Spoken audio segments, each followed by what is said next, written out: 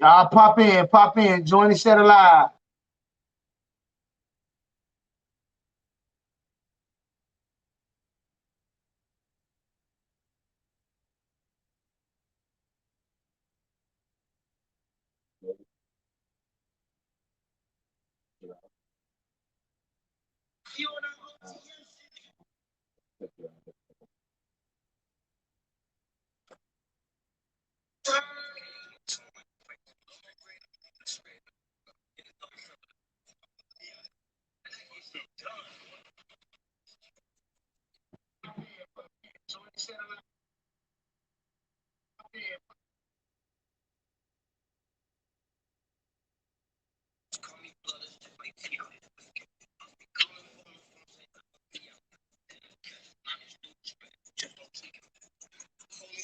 Late that honey, ain't no sleep out here. 2 days back to back, that's 50 racks to be out here. Can't have no Fifi on your block as long as Steve out here. Can't try to slide inside a fishbowl, you got beef out here. No people wanna get you out the way, they say it's cheap out here. Niggas hold they tuck their tails cause they be scared. And the Hellcat on the E-way off the me. Say his name inside this song, my bro, I bet I see it. Niggas low key roll that smoke you do, you bet I see it. Get your ass back in that house, we got FE and I nines. My credit so A1 with killers, I be paying my fines. I be on my dick in songs, but I don't pay no mind. All them hoes that be with the odds gang, they broke they spine. All the crackers get robbed for they shit, they bad back. I keep my Glock and her Chanel, that shit cost fire. All these hoes be going for real, look, he just bound X. He got shut up in his shit out here, he tryna flex. Never cast no one right now, the wood just pass the Dutch. Your homies die, you'll never slide, it ain't adding up. Get caught with a pipe, you out same night, you fed away. New I'm packing the air, this gas for what? It's gas. Can still be alive right now if you niggas ain't gas them up. Give my shorty stingers and guns, I tell them slap for nothing. Everybody with this gang ain't shit, so they ain't down for nothing. If she don't fuck with me, off the rip, I ain't got time for loving my kids, and I ain't got time for nothing. Y'all already know. Bitch, that mean no time for cuts. Why these niggas think they safe? Cause they locked in. Man, we thought this shit was over. Send some shots. You think you safe when you went out west? Little nigga just popped in. I know some killers found out west. They keep them blocks. Knowing they killer on the loose, they throw my vibe off. You like they candles on that main street, watch that side block. You ever stood up over? I've been knocked the dress off. You know a nigga claim he haters, but he stand out. Back then I pull up. Yo. Drop a comment. Let me know you in here. Give me what it is.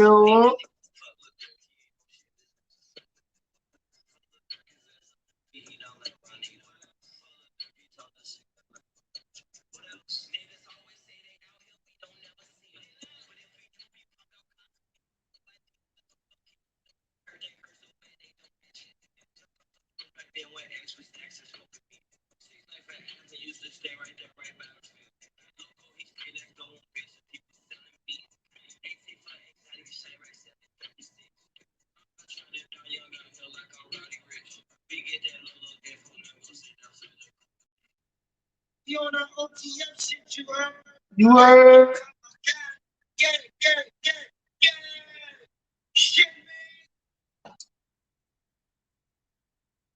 Yeah. Tap in, hit us with the yo. With another, unconventional type vibe. We having some issues with the internet connectivity here.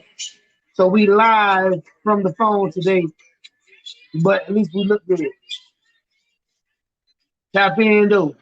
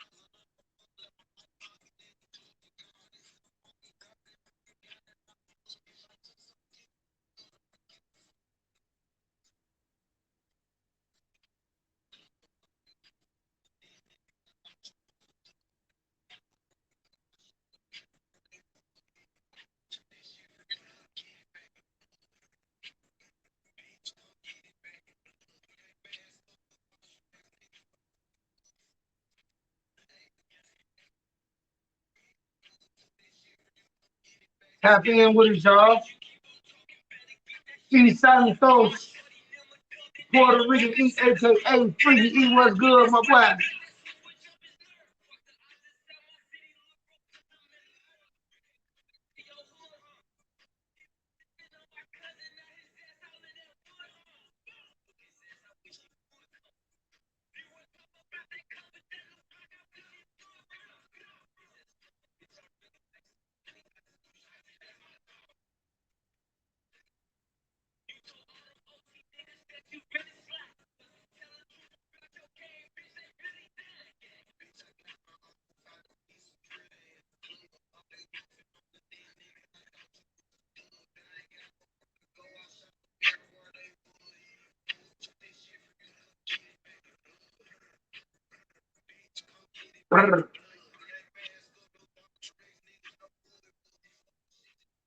That's that camera, my boy. He said we looking real crispy, Shaw. That's that camera, my boy. That's that Android camera. That's not no. That's not the Fiji camera. Now that's not that camera. That's that A. That's the Android camera. You heard me? We finna get to it, y'all. We finna get to it, y'all. I already know what time it is. Man, talk Monday. We almost ready. Y'all join and share the live. Join and share the live.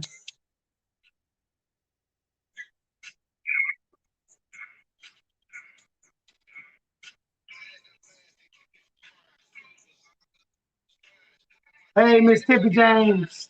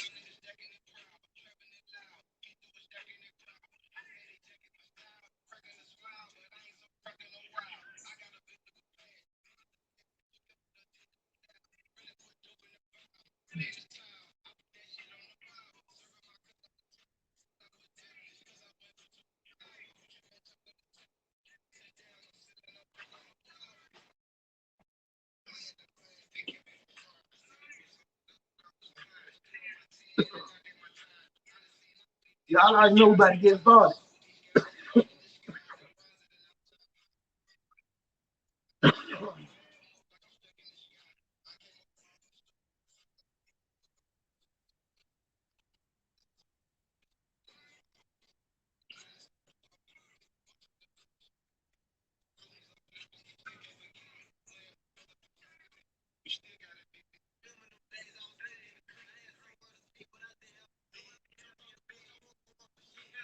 Hey, town with the check in. What's good, hon? What's good, bro? Shout out to you. You already know.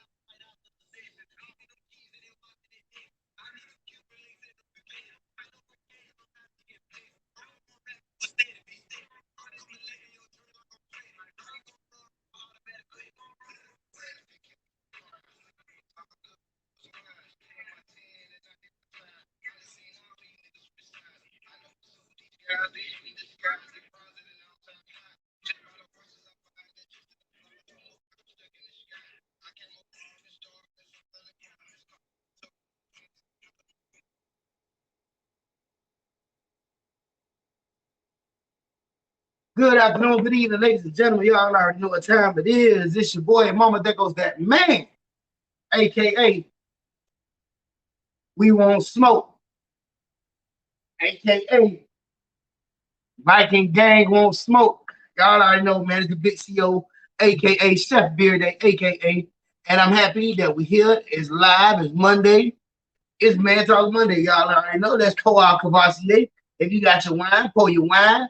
If you got you some bulk vodka, pour you some bulk vodka. And let's get into it. Let's have fun today. Y'all already know what time it is. Me. Y'all already know who I got to my right. My name is Coach Herb, the one and only. Y'all already know.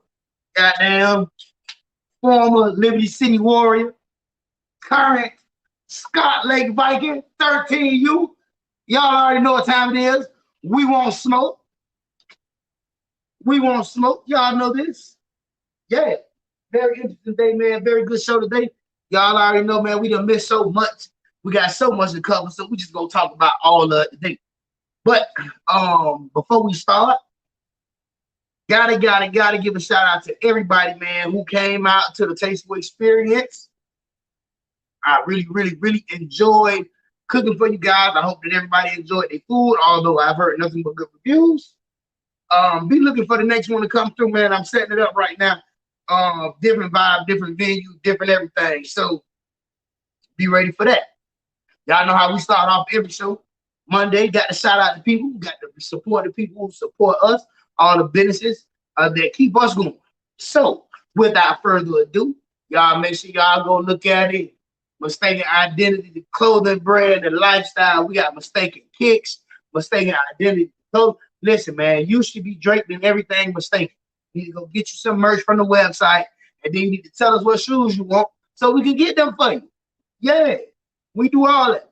Y'all make sure y'all get at him. Holler at your main man, Freaky E, aka Puerto Rican E, aka CEO E. Eric Santos, y'all already know he in the comments. Shout out to Mommies and Makeup.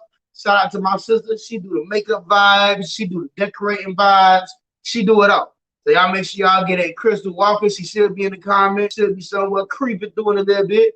Make sure y'all go support her. Go support my girl Rhonda. Y'all know she got the clothing line Zara 31st. I'm sorry, Zara and 61st. I don't know where I got 31st from, but yeah, Zara and 61st, man. Y'all make sure y'all follow her on Instagram. Y'all already know what time it is with her. Man, we always got to support our sisters, man. Follow High Low News. My home girl, man, Janae Tate, went to high school with this young lady. She run that track. Bad as hell, man. But most definitely, man, y'all make sure y'all subscribe to High Low News, man. HYLO News, if I'm not mistaken, or maybe High Low, HI. But y'all make sure y'all go find it, man. Janae Tate, shout out to her. As always showing the love. Sherelle Salters, man, Ruby Faze Cleaning Services. Y'all make sure y'all go holler at her. I know y'all got a dirty ass house. Couple of y'all got little roaches. Couple of y'all need a good spring clean. Y'all make sure y'all go holler at Ruby Faze Cleaning Services. Get that done. Also, man, Queens to Be Clothing. Y'all already know what time it is with Queens to Be Clothing, man. Got to show our young queens. Got to show our princesses because they getting ready to be queens before you know it. You're going to look up and your daughter going to be 16.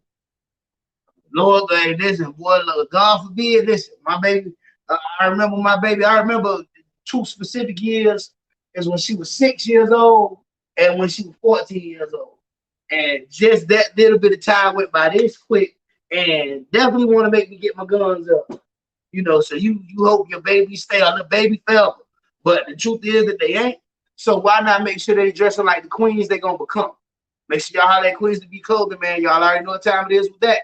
Y'all holler at, I just got one. Let me go ahead and get this in here real quick because I don't want to forget these people. You know what I'm saying? Don't want to forget them. Oh, yeah, Shop 7-7, man. Nurses Apparel. All my medical professionals out there, y'all looking for them scrubs. I know there's some thick medical professionals out there. You go to the hospital.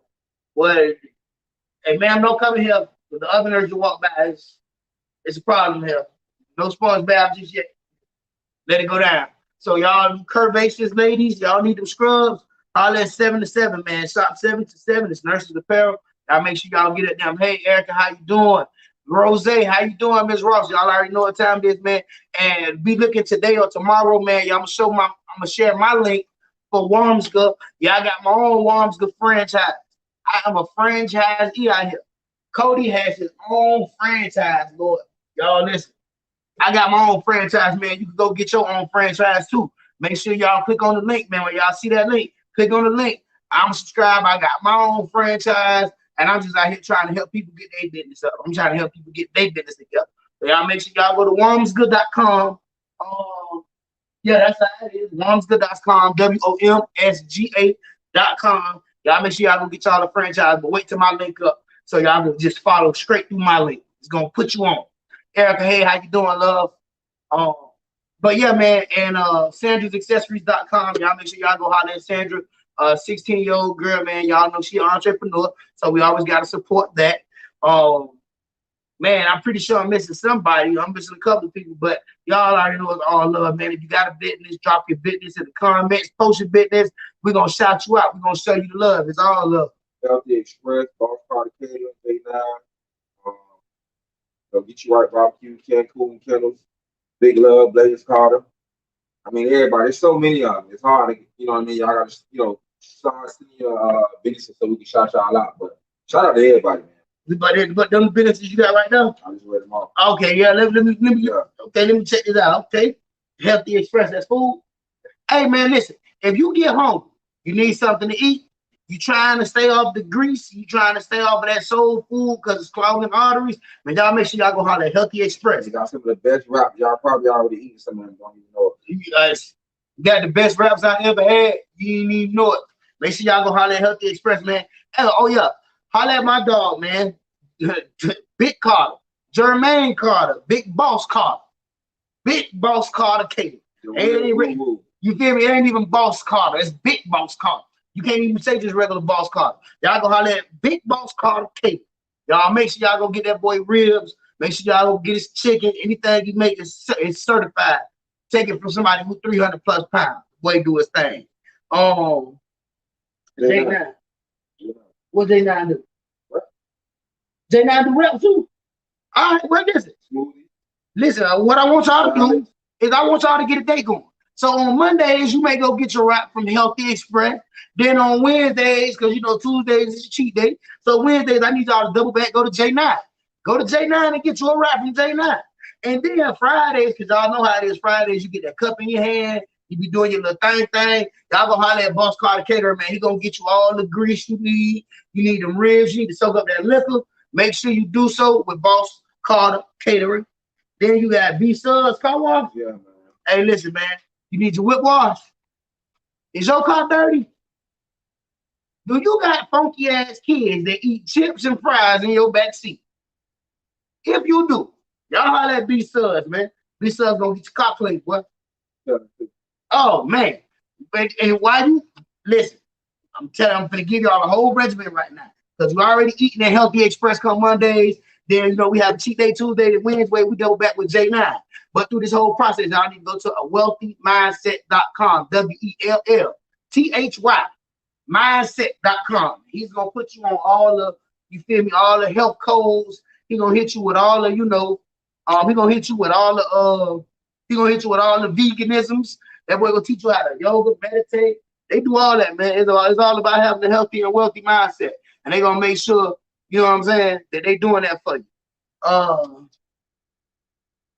Get You Right Barbecue. I guess we could go to Get You Right Barbecue on Tuesday. That's only if you down south. Oh, well, if you're down south, go down there every day. We ain't got the healthy options for y'all down south yet. But once we get them, we'll let you know. Until then, y'all make sure y'all go to Get You Right Barbecue. Barbecue so good, make you want to slap your auntie. We ain't gonna do mama, because that's the other people.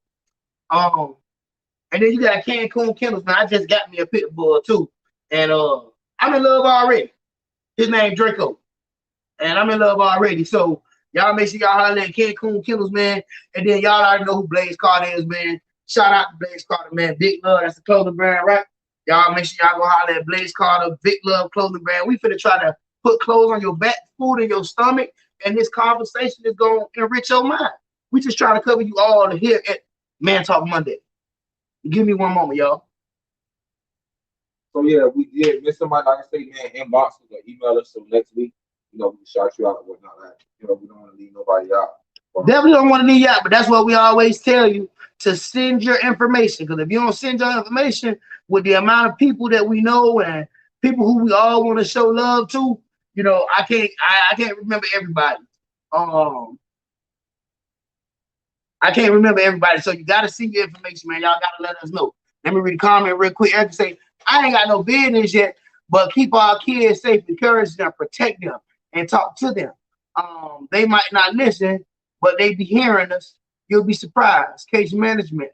I hear saving these kids. Hey man, shout out to all the social workers, man, all the people who work in case management, all the people who got to deal with the lost souls of our country, all of the people who have to deal with people who everybody else has forgotten, people who don't receive the love that they should. Man, shout out to all of the people that work with them, man. Shout out to y'all. And that's big, and we appreciate you, Erica. We appreciate y'all getting them kids in line, man. And we're gonna try to get them kids in line too, which is why if you have a child between the ages of 6 and 14, you can bring them out to Scott Lake Vikings, Miami Gardens, Vikings, whatever you want to call it.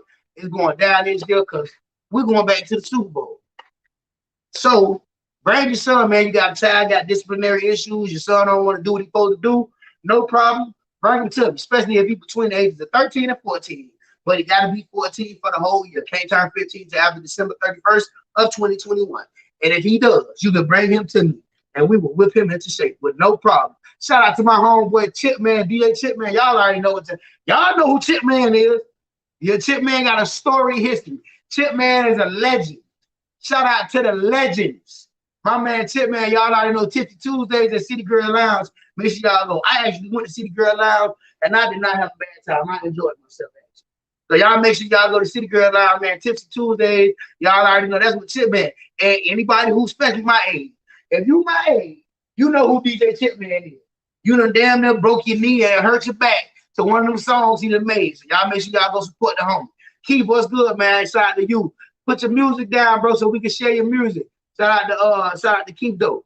But yeah, man, it's an interesting show because we got so much to go over, so much to cover. You know, we've been absent. Like I said, we've had some connectivity issues here at the station while we are transitioning to a different company so that we could secure and make sure that you guys get Man Talk Monday anytime you want it. Go to WMRR, the Facebook page. You can go to WMRR, the YouTube page. You can go to WMRR.com. And so you can always listen to all of the shows here from We'll Be Serious to the Urban Beauty Boy to Island Vibrations, man. Y'all make sure y'all locking in with WMRR. But we got a couple of different subjects to go over, a couple of different topics for the day. So it's just all about what we want to start. We got so much to cover. So what you want to jump into first? What you want to talk about first? Or what y'all want to talk about first? Somebody tell me y'all seen a flyer and y'all may have something y'all want to talk about. If y'all want to talk about it, put it in the comments and we'll see if we can get there. But what you want to talk about?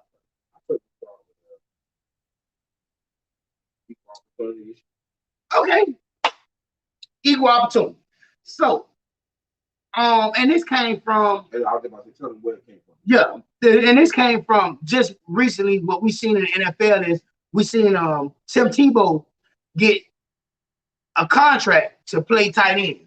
Well, actually, he hasn't signed a contract yet. He hasn't signed a contract. It's in the works. They're looking at time. They entertaining signing Tim Tebow. If your guys don't remember who Tim Tebow was the quarterback who played for Florida. Had an all-star study cast. Really didn't do all of the work that people thought he did. But then he got to the NFL and they realized he couldn't throw a football past the last 5 minutes in the game. And he kind of flamed out of the NFL. And it's been 6 years since he's actually touched the NFL field. He's played baseball. He's done announcing. And now the Jacksonville Jaguars are looking to potentially sign him to play tight end. Meanwhile, you got college athletes that have just recently played as of 2020. You have college athletes who played in 2019. You got guys that have been in the league and guys who've been working this whole time that are not getting these opportunities. You got Colin Kaepernick, who took a knee to protest racial injustice. The man throws a shitload better than Tim Tebow. But you got guys like Colin Kaepernick who still does not have a job in the NFL. So it just begs the question. We see it here in the NFL on the big stage, but we also know that it goes on in our communities. We know it goes on with our regular jobs and our regular 20, 30, 40, 50, 60, 70,000 lives. We know that this happens. But are we going to get to a point of equal opportunity?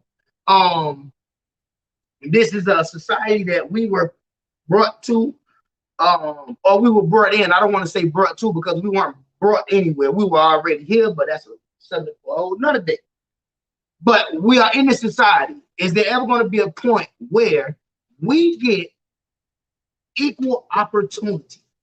And if we know that there's not such thing as equal opportunity right now, are we being too hard on each other and ourselves sometimes for not or for having the lack of opportunity?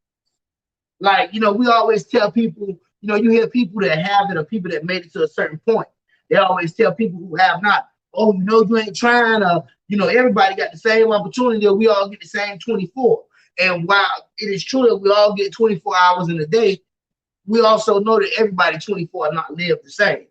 So can we get to a point where we see equal opportunity? Is it going to take for us to have our own everything in order for us to finally get some type of footing in this world? Because it's not happening, and we see it across the spectrum. We see it everywhere from business to government to now sports, or for long standing in sports. But we see it affect every facet in our community and every facet of our daily lives. So when can we get to a point where we do get the equal opportunity? Do we have to wait the 40 or 50 years for the white man to no longer be the majority in this country for that to start happening? I don't know. You know, what you think? I do think, honestly, the gap is kind of closing. You know, we are getting closer to having equal opportunity. We were making a lot of good ground. I can't say that, you know. But this situation that just happened just showed us how closer we are from being far away and closer we are to being near, because, well, like you said, Tebow hasn't probably thrown the football in maybe 6 years, right? We know that Kaepernick is a much better athlete than him. We know there's much better college quarterbacks coming out right now. Drafted. And for us to be football coaches, we know that Urban Meyer is supposed to be Jacksonville Jaguars, which was Tim Tebow's college coach, right? But now Tebow wanted to get back into the league, and he got his college coach, which is white, you got to call it what we see it, right, in a position of power to uplift him and bring him up and give him a contract, even though me and you both know he don't deserve it. I just think that we have to get more of our people in power to be able to make more moves to be able to bring us closer to, you know, equal opportunity, because they're not going to give us nothing. You know what I mean? Right. But I mean, see, and then therein lies the problem, because so here it is that it is an entire system in play. We know that every year we talk about this, every year is in the media every year about the lack of diversity as it pertains to head coaching and office jobs in the NFL. And this is just one facet, because we both football coaches, we talk about football. So just in the NFL, we talk about the amount of front office jobs and the amount of head coaching jobs that don't go to brothers every year. Keep in mind, this is a sport that's been 70% African American for the longest of times. I would say 80, 82, 85%. Well, you know what the thing is, that the Anglo-Saxon has still been able to kind of keep a stranglehold on the offensive line position, the quarterback position, although we're starting to see an emergence of the black quarterback over the last 10 years versus previous to that.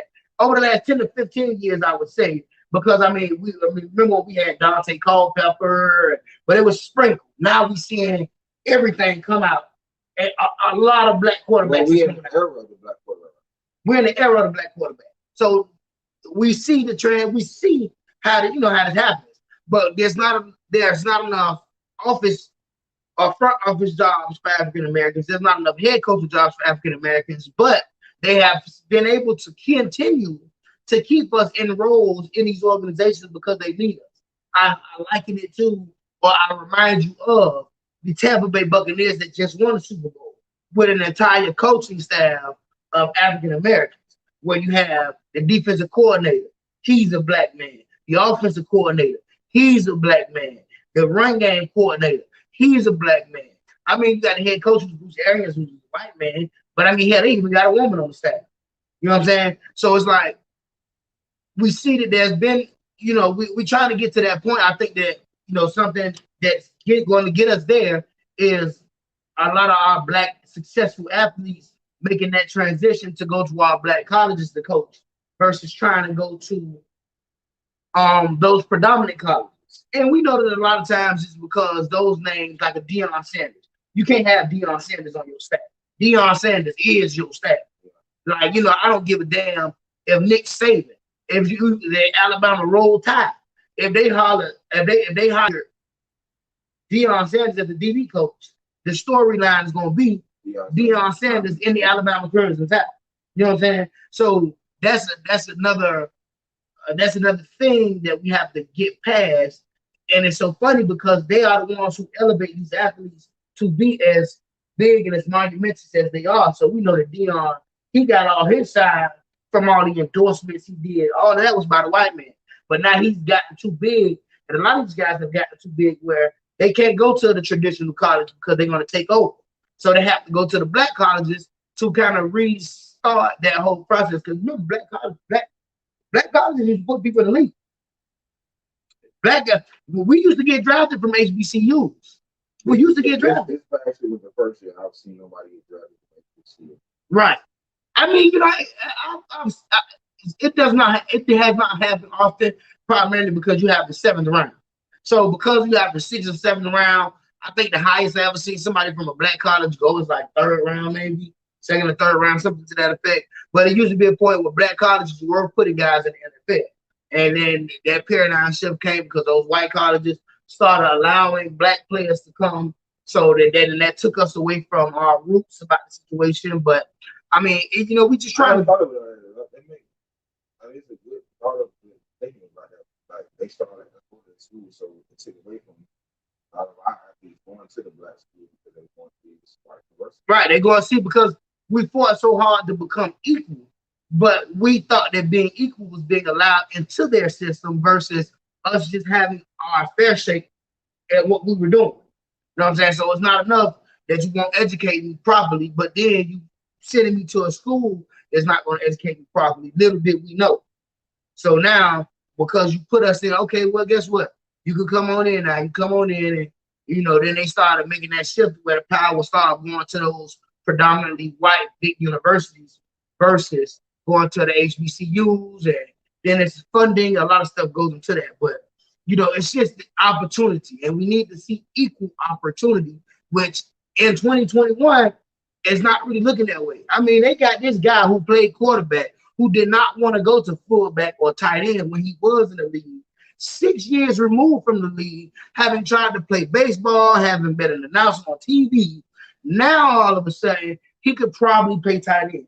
You know how many tight ends probably didn't get drafted this year? Like, you know how many undrafted free agents that played tight end their whole life, and they're going to give that contract to a guy that not only hasn't played at a high level in any professional sport in the last 6 years, but specifically in the NFL, and even more specifically as a tight end. So that's kind of crazy. That's a lot. I say again, it goes back to being in a position of power because I'm not going to take my ass to tip season for free unless I know you work the spirit. All right? Well, exactly. He got somebody in position of power. So he know that he can go to Jacksonville and say, hey, can I have a job? He won't go to Buffalo and do that. It's true. He wouldn't go to Seattle or New England and say, hey, y'all trying me out here tight end. We're going to try and Jacksonville because that's the coach. So it goes back to getting more of our power. So we can try to help more and pull back and get more of ours. Right, but see, and then so even that in itself, if we're talking about being able to be put in positions of power, then that's something that's out of our control because we don't currently control the power structure. So yes, we have to get more of us in positions of power to reach back and help brothers and sisters. But the caveat to that is we are not the ones making decisions to be in positions of power anyway. And we can go and make our best faith efforts, our good faith efforts. Yeah, I mean, look at Ozzie Newsome. Ozzie Newsome is one of the greatest general managers to ever grace the NFL. Man is responsible for so many Super Bowl winning teams of different eras, having Hall of Fame players, and having played the game and been a Hall of Fame player himself, right? So, I mean, this guy's been a general manager, man. Now, he's general manager, so I know that he's not the head man, top guy, but he's not the head guy. Have they systematically held him or stopped him from interviewing or bringing on black guys to be coaches? Because they got what's your boy name is John Harbaugh. John is a general. One of those. Yeah, John. Now John ain't a bad coach, but he had enough years of some rough times to explore finding a different coach. They stuck with him, which we also see does not happen to black coaches because a black coach come in. Look at Mike Singletary. Came in, interim head coach, Samuel, interim head coach. They go to the Super Bowl. They lose the Super Bowl, come back, he's a coach again. Now, Mike Singletary doesn't control the dollars. So when y'all don't want to resign certain guys that put me in a position to win, I have to operate with what you're giving me. You don't give me much, I can't operate with much. And but John Harbaugh did win the Super Bowl to his credit, so that did buy him some time. He won the Super Bowl. Won more than one. Yeah, so that's the only difference between him and Mike Singletary. Yeah. Right. But Mike Singletary had 2-3 years. I mean, when John first started coaching in Baltimore, she wasn't the sweetest. Well, let's make it clear. We have to be fair about this. Singletary was brought in as interim coach in Seattle, and I believe he was made permanent. Then they fired. Harbaugh was brought in to be the coach of one Super Bowl. Had a few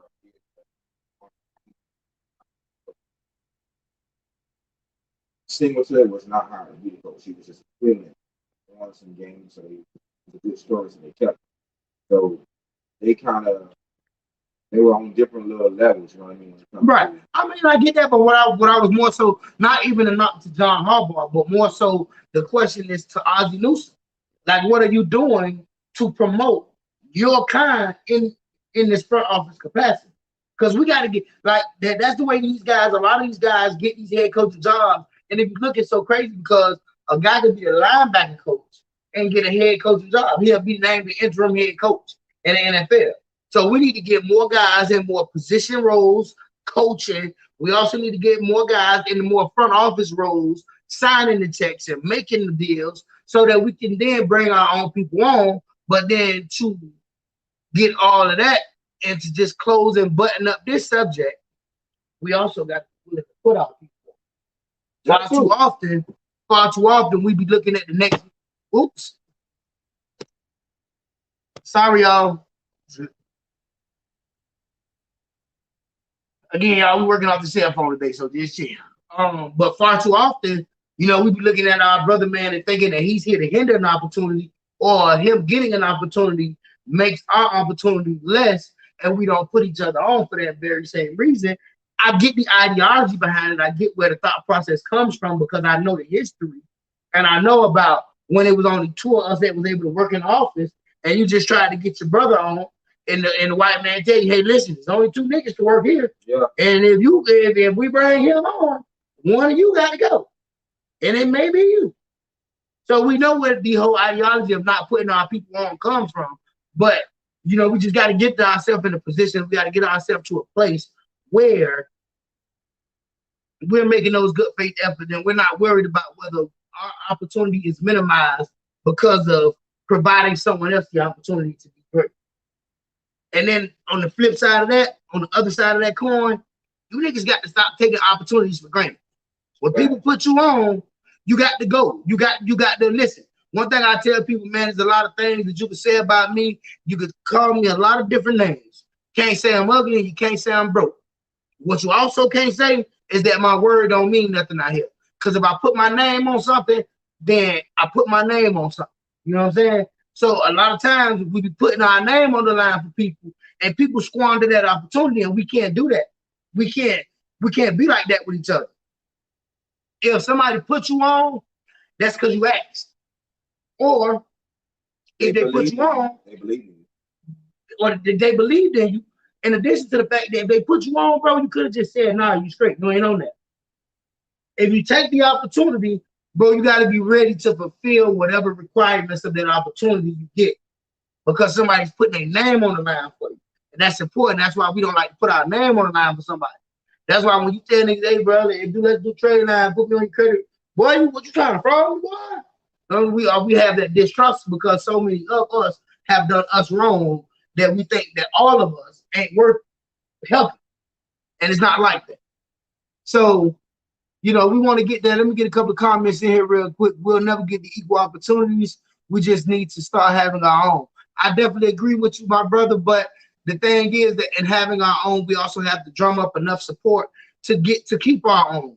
I think that we can do it. I think that us as a collective, just the 13% of the people of this country have enough that we can sustain ourselves in all of our businesses and things like that. But let's not, or I can't knowingly say that without saying that there is a machine already in place, and we have to also figure out ways to get in that machine and become cogs and wheels of that machine until we run the machine versus us just single-handedly trying to get our own. I believe that we can have our own grocery stores. I believe that we can have our own banks. I believe that we can have our own hospitals. I believe that we can have our own schools. We have a lot of that now. Can we have our own professional sports leagues? It's kind of hard. It's hard to do. Yes, it can be done, I think, because we do have some, but it's just very difficult. On that, but 2021 is the year of empowerment, though. There's so much money out here. You should be creating your own business right now, anyway, though. You know what I mean? And to create your own business, you can do it with me, man. Wamsga, get you a franchise. Y'all see the link. I'll be posting that link, man. Make sure you get you a franchise. It's very inexpensive. It's not all that money. It's not millions of dollars. It's not multi-level marketing. This ain't no Herbalife. This ain't none of that other crazy shit. What you doing? That's called multi-level marketing, and it is a pyramid scheme, bona fide. Any multi-level marketing, any multi-level marketing company, it is a pyramid scheme. It is a legal pyramid scheme. This is not multi-level marketing. You have your own franchise. You do what you want. Own licenses, own everything. You do what you want, man. Y'all make sure y'all get at me. Drop in my inbox. Worms gonna get you a franchise today. I'm happy to share my link with you so you can get you a franchise. Empower yourself and share the link so that you can get your people on, so that they can empower themselves, man. We can do a lot, but I don't know about the professional sports teams. Yeah, we fought hard to be accepted and treated civilly. Yeah, I get you. I get that. The fight shouldn't have been to be accepted. It should have been to just be left alone. Like, cool, y'all don't want to deal with us. All right, we'll do our own little thing. But then once we try to do that, we already know what Black Wall Street, Tulsa, Oklahoma, we know what happened there. So, hey, it is what it is with that. Next subject. I've been seeing this a lot. I've seen this a lot on Facebook. I see a couple people share the memes or whatever. I seen the actual picture, whatever. And I want to know what you think. I want to know what y'all think about this. 2021. Women getting down on one knee to ask for men's hands in marriage. Moral of the story, what y'all think about women proposing to men? What y'all think about that? How do y'all feel? I know I got some ladies watching right now. Ladies, is y'all getting down on one knee and asking a man to marry y'all? How you feel about it? If your lady got, let me slide my tail. If your lady got down on one knee, you know, his lady Spanish. So,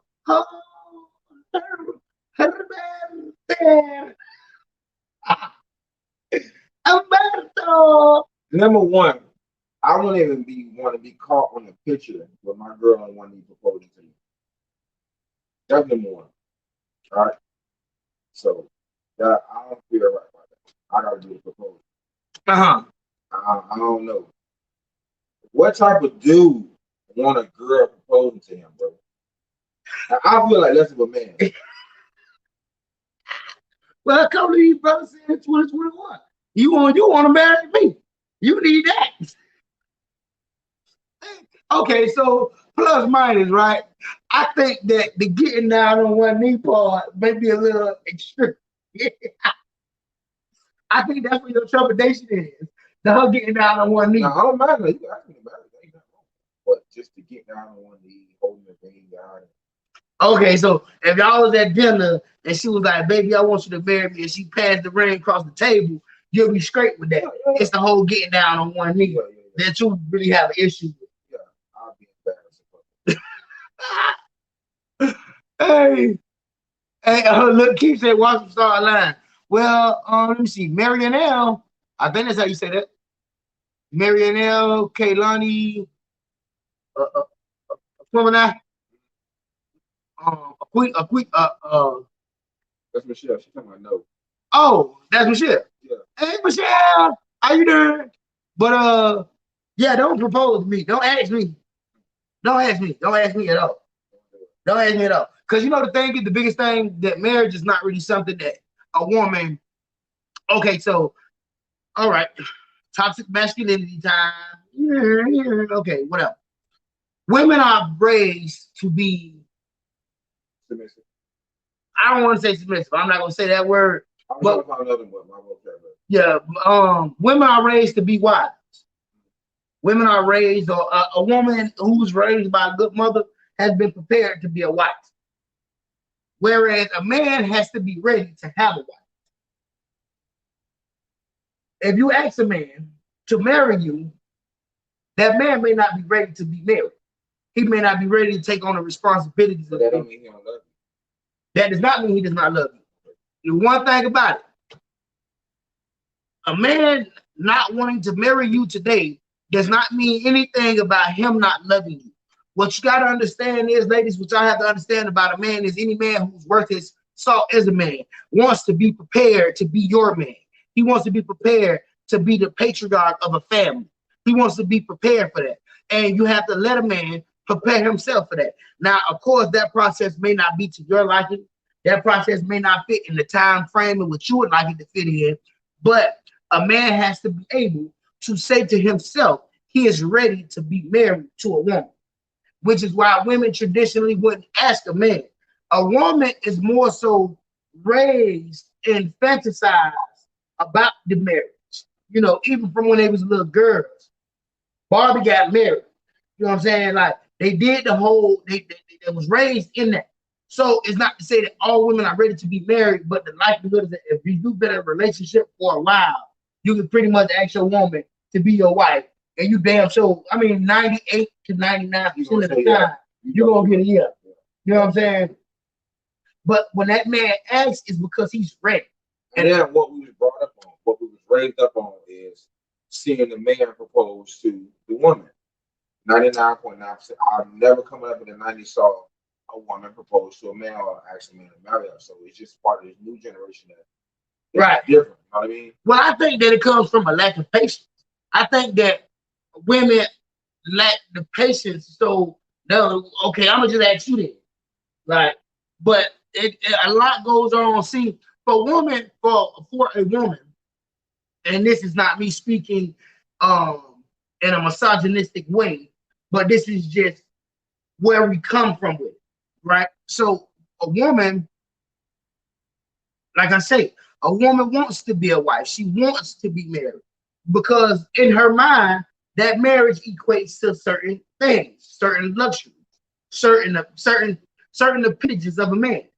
You know, when you get married to a man, it's kind of the ideology that the man takes the, the financial brunt, whatever the case may be, it's the kids, it's all of that. That's what women think about when they think about marriage. When a man thinks about marriage, his first thought is, am I financially able to be married? Because that's the biggest thing. Or what am I going to lose if this shit don't work? What am I going to lose if this shit do not work? Because let me tell you what I saw in my mind yesterday. I saw a Facebook meme, right? The 5 richest men in the world all right now are up for divorce. So the meme said, fellas, basically more of the story, do you? Because the dudes with the most money in the world, they wives are asking them for divorces.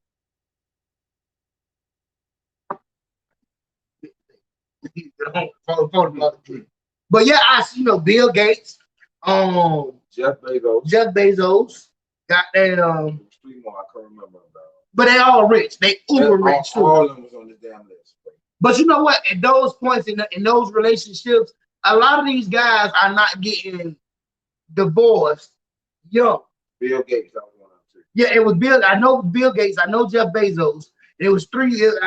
I heard a rash of guys that affluent have a lot of money get divorced. But if you notice, those situations are ending very amicably, especially with the Jeff Bezos and Bill Gates. They like, hey, you know what, babe? Whoop, whoop, let me give you this. But no, I said this. Money don't mean everything.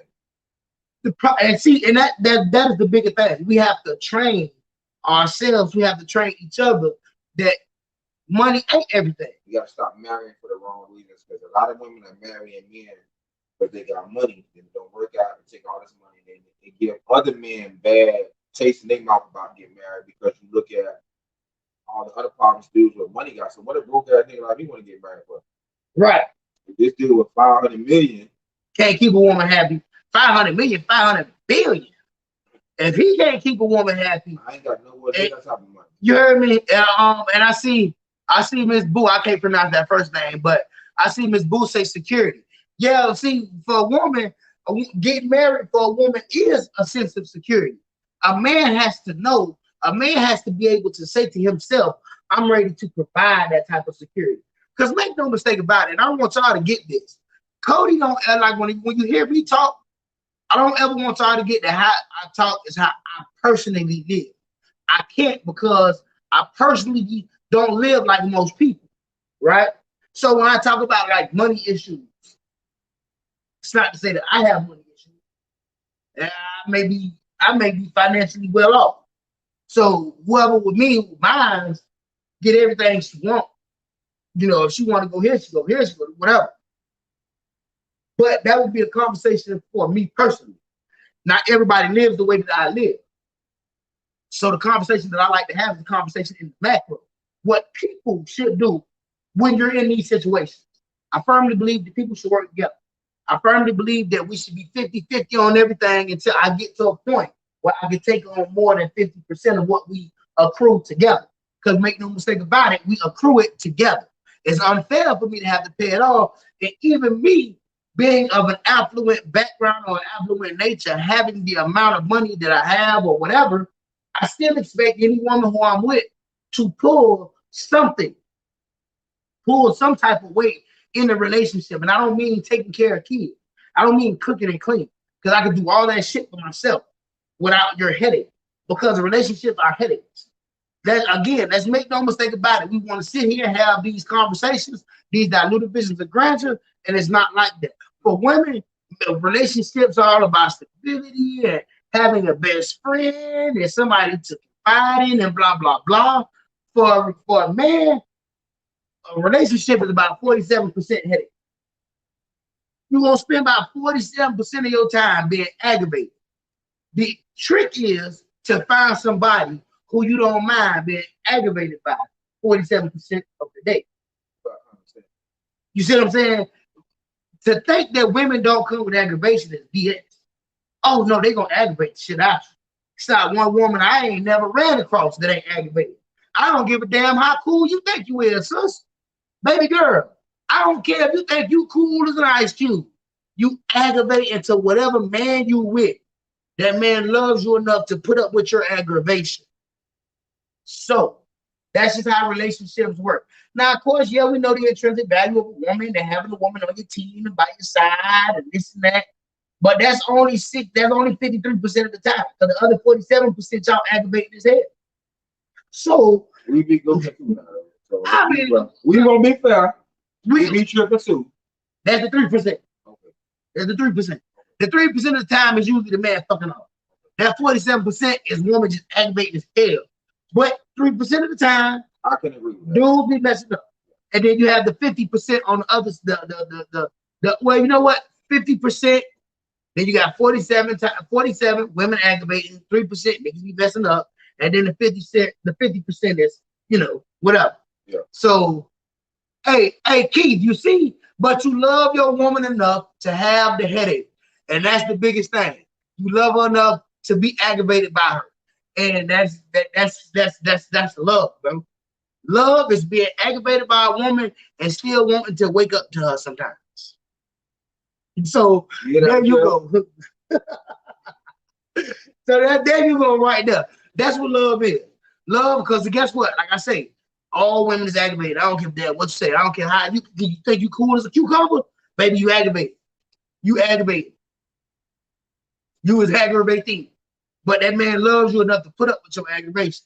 So however long it take him for him to feel like he's in a position to marry you, let that man figure that out so he can ask. And as long as he's with you, as long as he loves you, then whether y'all married today or 10 years from now, it should not matter. Because marriage is really only a piece of paper. Marriage is really only a license that allows the government to play with your money even further than what they do now as a single person. Marriage is overrated anyway. I don't need a piece of paper for somebody to tell me that I love this person and they love me, and you know, I don't hear all that about you have to be married. You don't have to do nothing. Marriage is for women. It is. Marriage is for women. I mean, it really is. Excuse me, y'all. Y'all see me y'all see me scratching eyes. Got a whole acid indigestion thing that I've been drinking. But yeah, marriage is for women. For a man, because like I say, you got to think about what advantage does a man really have in being in a relationship. Now I'm gonna say this now that you got to count the variables. You got to whether you got kids with that person or not, because that's totally different. You know what I mean? Right, but we're not going to include children because Okay. Once children get Okay. in, it's a whole other mix. I'm trying to get. I'm sure I'm get the narrative straight.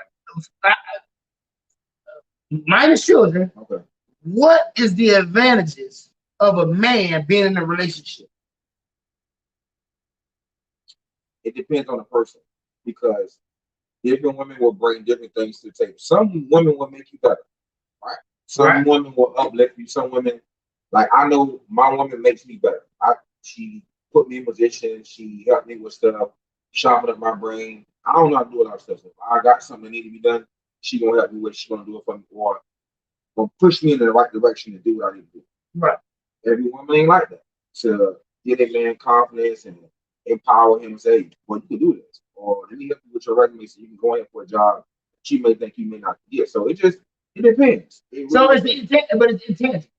So cool. A man who findeth a woman findeth a good thing. And we're not denying it. But this is both the point. Outside of having somebody who may be behind you to push you and this and that, have your back, there's no because honestly, let's be real. I don't want to bust bubble, step on toes, or nothing like that. But you can find that in a woman without being in a relationship with that woman. Really, all you gotta do is have some good sex with her. And you will find not necessarily. It gotta be a whole body. I ain't talking about just sex. You got to be somebody who she vibe. You know what I'm saying?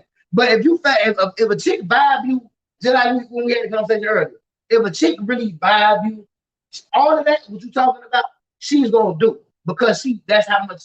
First of all, you got to trust her. Yes, too. You got to trust her to allow her to let you up. There you go. Fellas.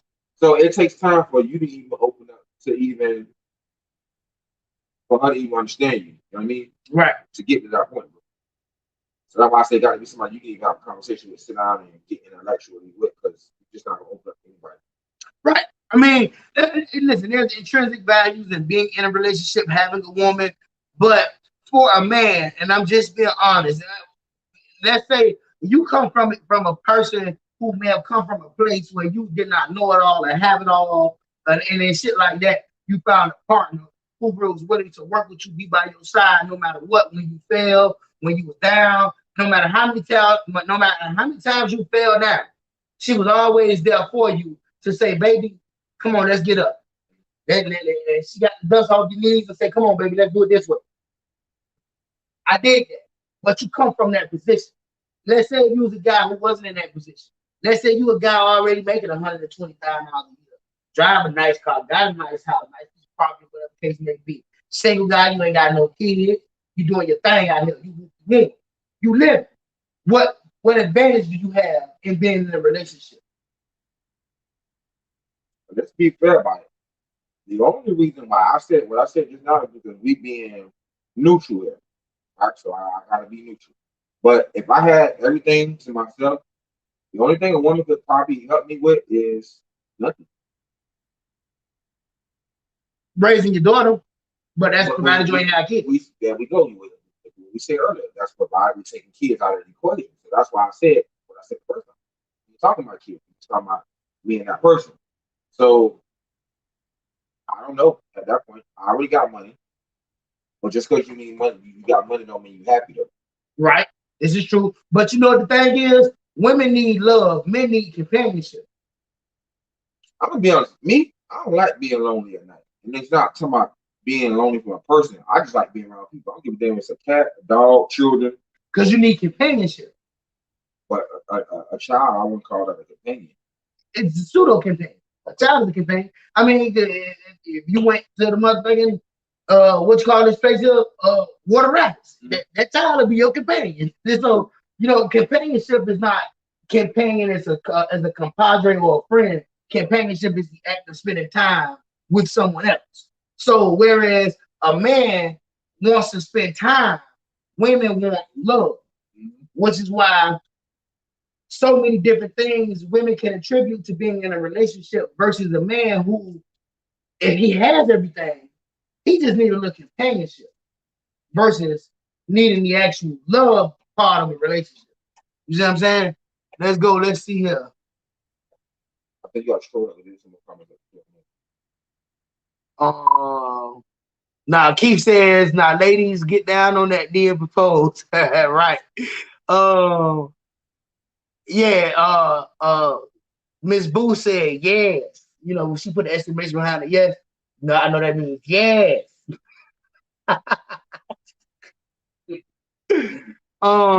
Keith says a man who findeth a woman, yeah, something. Oh, a man who findeth a woman should say tag you, tag you it. Companionship. Took the words right out of my mouth. Right, Hans? It's companionship. A man wants companionship. Oh, good. Which is why a man can get with a woman who don't have nothing, because it's not about what you have. It's about whether or not you're a companion, whether or not I'm gonna have or be able to spend time with you, have fun with you, be able to do all of that. Because a man don't need a relationship to do that. You could be around a woman, spend time with a woman, to go out and eat with a woman, have sex with a woman, and not care about her in the relationship aspect. But she could be a cool individual. And a man could be fine with that. A woman could not settle for that. Mm-hmm. A woman will not just be your friend and have all the accoutrement and just be that. She's going to want a relationship. She's going to start to get those feelings involved and everything like that. She's going to want a relationship. A man is more than happy with just being a companion of that woman. Laying with them. You know, they look out for each other. They're cool people, whatever. But at the end of the day, they're not in a relationship. Women need that title. Women need that relationship. Which is why I say men need companionship. Women need love. And a relationship does not offer much for a man who does not need somebody to build him up, or need somebody to believe in him. You know what I'm saying? Like, it's just not really that big of a deal for a man versus a woman who needs that. So, I mean, but like I say, at the end of the day, ladies, I mean, I'm not gonna lie to you. If you want to go ahead and propose to the man, go ahead and propose to the man. I personally would not advise. Companionship is where sugar daddies are born. You're right about that, brother. That companionship is expensive too. Well, shit, I wouldn't know because I ain't got no damn companions. But from what I know, from what I've been able to gather, companionships can get kind of expensive if you allow it to. So that's where the sugar daddies be born at. But yeah, I mean, ladies, I would not advise that you whatever float y'all boat. You want to get on one knee and propose, do your thing. Don't do it on one knee though. Okay, if you're gonna propose, don't do it on one knee. Because somebody gonna put you on Facebook. Yeah, damn so. Because if I'm there, you can bet your bottom dollar I'm putting out both phones. I want to catch both of these. I'm Instagram screaming live on this phone, and I'm Facebook live screaming on this phone because we finna capture this moment. Mm-hmm. And if that nigga there, you know, oh my God.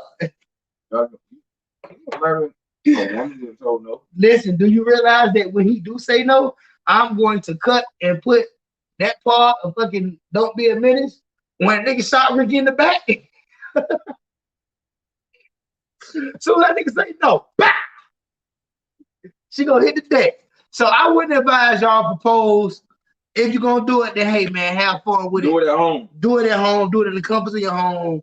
You know, probably don't get on one knee. Just have a conversation. Because the one knee is an automatic non-starter. As soon as you get down on one knee, I'm already trying to help you up. Like I'm already picking you up off the ground. Like, baby, get up. No, not here. That's not what we'll do today. Unless you want to hit him with some neck first. Ooh, she is doing some neck daddy sauce.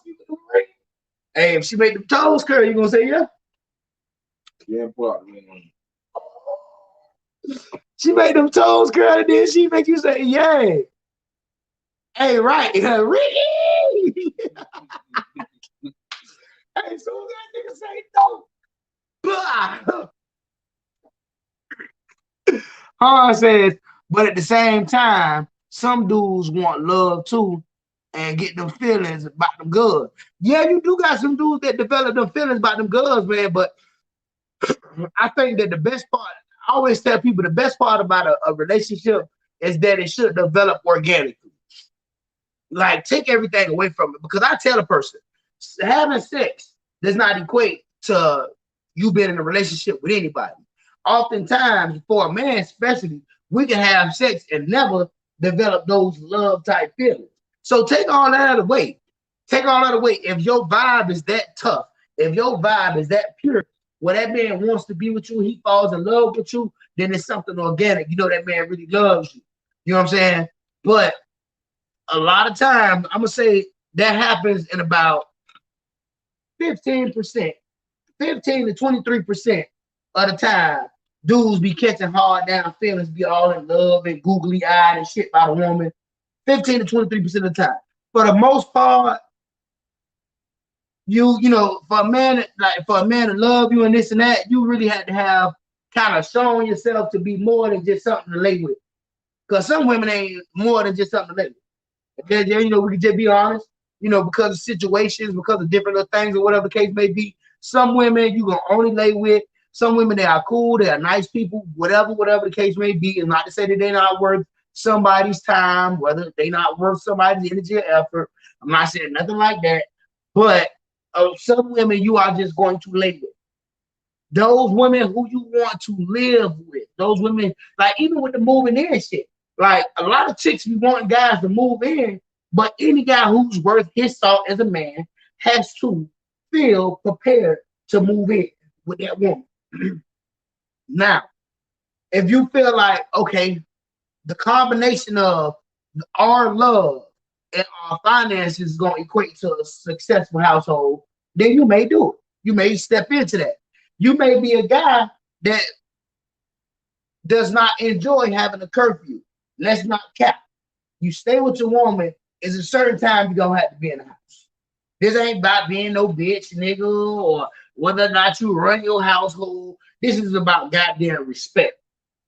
You know, now, of course, your woman can't come in the house later than you can, and you may come in the house a little later than she does. But when you live with a woman, your ass needs to be in the house at a certain time. Okay? I say about 2:30, 3 o'clock, you really kind of pushing it at 3.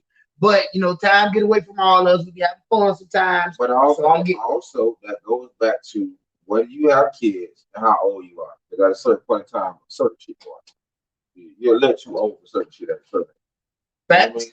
Especially when you have kids, bro. Right? You shouldn't want to be out. I said this 2 weeks ago. You shouldn't want to be out certain times doing certain shit if you got kids, bro.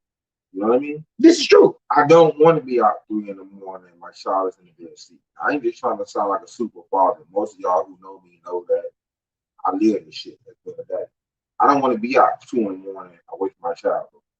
That's just not something I want to do. Right. You know what I mean? And you know, so with that, I would not take anything away from you though if you stayed out to 2 or 3. No. Because you need to be able to unwind too. Like sometimes, like it's a part of the process. If you had a long week of work, you know, let's say if you had an incredibly stressful job. So, you know, once a week you go out, you let your head down and you kick back and you do your dog. You know what I'm saying? You may be out till 2:33 in the morning. I don't think that that's a problem. Now you may not want to do it, and there's nothing wrong with that. But I'm just saying, for efficacy purposes, there's not a problem with that. Yeah, if you're doing it every night, now you got a problem. Now you doing too much. Different struggles with different folks, but when you don't been through certain shit in life, just certain things don't appease you no more. Like me, in my case, I was being stabbed and killed, trying to make you move a little different. You don't really care for. Then, like I said, go back 2 weeks ago, bro. Look at what we were doing when we were 19, 20 years old. Hans, you own here. Yeah, Hans. How many parties did you throw at your house, bro? Listen, you know what I'm saying? So certain stuff just does not excite me anymore, bro. Because we've done it times of 100. Yeah, you know what I mean. We walked in a party and it's 100 girls to 20 dudes. You know what I mean? Yeah. And we was the talk of the party. So like, that's out of the window. Remember that party I had? They were climbing in the back window back there, bro, in Marina Vista. Bro. Yes, God. I'm trying to tell you, bro. Yeah. So the reason why I say what I say is because I think a little bit different from other dudes because we have done a lot more than a lot of dudes, bro. Yeah. You know what I mean? Lived life. We lived the life, bro. So now I'm 33 years old. The club known. Come on, bro. We was in Coliseum and what the other club was? Rousers every week. Yeah. Coliseum, Rousers. We was in the club 4 times a week, bro. Yeah. So certain stuff now just don't. Weekend throwing parties at the crib. Come on, bro. Like so now, when you say, "Oh, you want to go to the club," it don't shake. It don't shake me. You know, like we go out. Like now, at this point right now, me being 33 years old, I go out because of the fellowship. I go out because I'm going out with my guys. We're going to get a couple of drinks. That's what we use a lot. We do know, like a lot of people think that we just be sitting around bullshitting and litigating. No, we use a lot of that time to talk about business plans, what we're gonna do, how we trying to come up with different ways to get streams of income. So that fellowship is what I appreciate. But yeah, I mean that being out till 2, 3 in the morning vibes and all that shit. Well, keep on with you, boy. I meet the sun home, boy. Yeah, shit.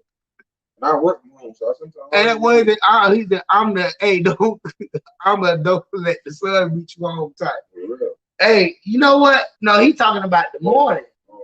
He talking about when you go out at night, but don't let that sun beat you in there. Don't let me look at the sun over the horizon. You just walking in the door. Whoa, wait. You need to go back out the door. Wherever you was, you need to go back there. You need to go back there. So then I have to open up till 9 o'clock. Hey, listen here. No, you try to walk in my house and that sun already start creeping up. Hey. You need to go back where you was. You have to open up till 9 o'clock. You don't come back till after 9. Shit. Yeah, you been there.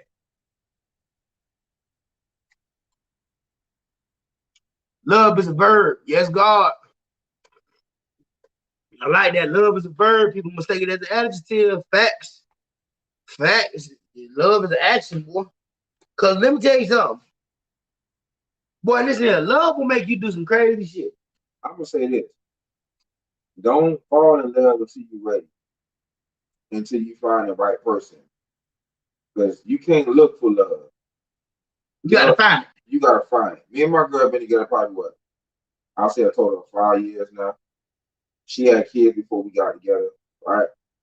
But it takes time. Camaraderie. We've been together probably total like 5, 6 years now, right? But we had to grow together. I had a child together. You got to grow and learn a person.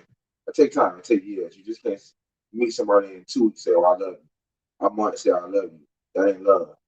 You know what I mean? Well, see, so you know how that end up happening. That end up happening because that ends up happening more often than not because of the sex. And it's not to say that you shouldn't have sex with somebody early.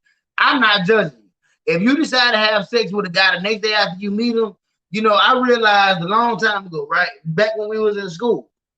Remember how we used to, well, not we, because we was different. But remember how it was the talk of the thoughts in the show, whatever like that. And I remember this chick that I know a guy who was talking to her. I know a guy who had to holler at her. You know what I'm saying? Now I know another guy hollered at her too. That other guy didn't get no play, no type of nothing with her. The other guy who did holler at her smacked the first night.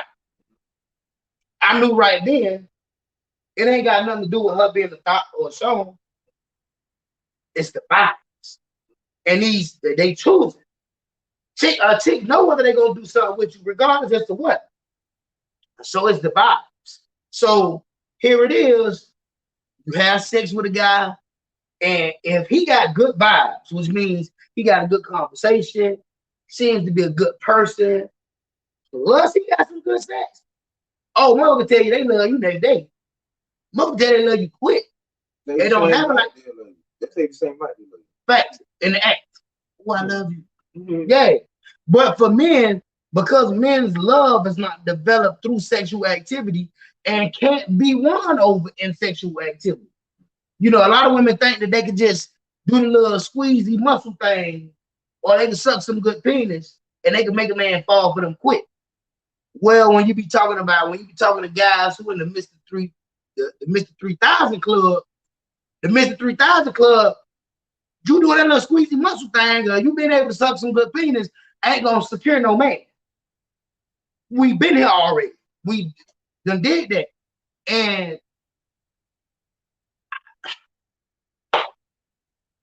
after you had enough, it's all the same. Only thing that don't become the same is the neck. But after you had enough, all ass is the same. The only thing that differs from woman to woman after a certain point is her goddamn fellatio. Each fellatio be different. But that cunnilingus, all of that shit be the same after a certain point. So you're not going to secure no man who's been out. Like, you're not going to secure a man who has lived a life with just no ass and no head. Yeah. A lot of women think that because they do this. But a lot of women think because they do the little yoni egg and they do the little vinegar and they know how to squeeze the muscles and they do their little kegels and all that other shit.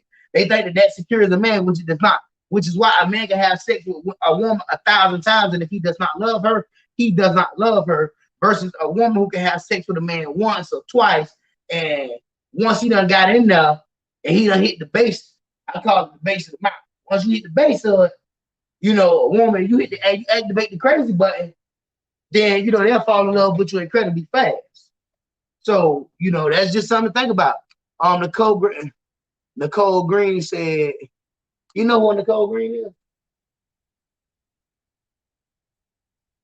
Let me see something. I don't know who Nicole Green. She said you lame. I don't know. Nicole, was you talking about me or was you talking about Rick? Which one of us lame? Please let us know. I was taught women know if they want to chop within the first 5 minutes. Yeah, I don't disagree with that notion. I think that a woman know whether she want to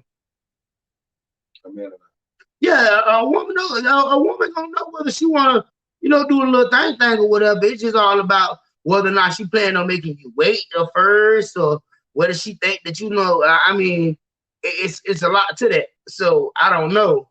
But you know, I've heard that women, you know, know within that first 5, you know, that first time they meet you, whether they're gonna give you some. So hey,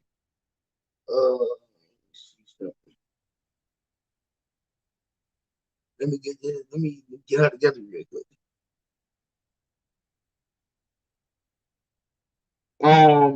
But yeah, so you know, that's how that goes. Excuse me, y'all, 1 second.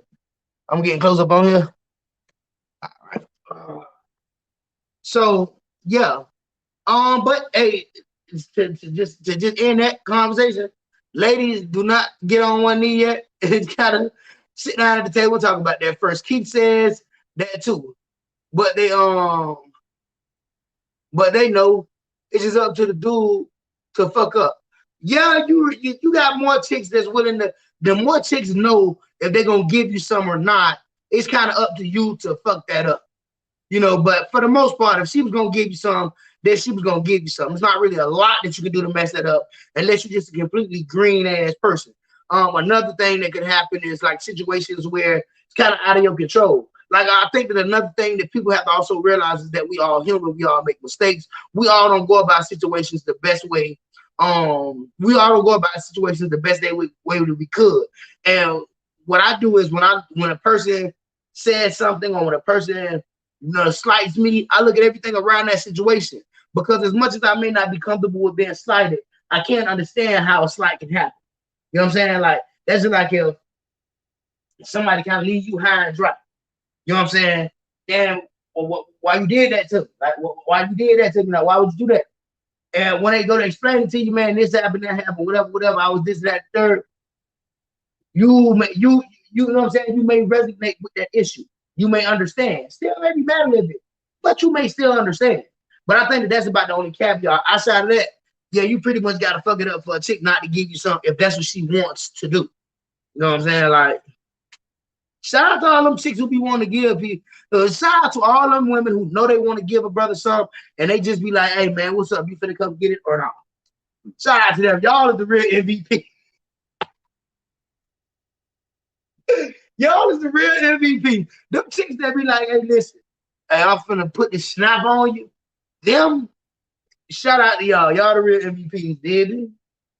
But so yeah, man, on to that. Y'all don't do it, man. Don't be the person who proposed and get embarrassed. What else we had going on? Yeah. Yeah, I ain't even worried about that shit. Especially somebody who took the time to watch. Facts, still probably watching. But what else did we have? Let's talk about this real quick. And this is the classic example of niggas doing their people wrong. You heard or you seen about this Joe Budden situation? Okay, so I don't know what happened. Apparently, some things went wrong on the show. I don't know what happened. Don't ask me because I have not gotten deep into it because I don't even respect food. Don't even like the nigga. Tell you the truth.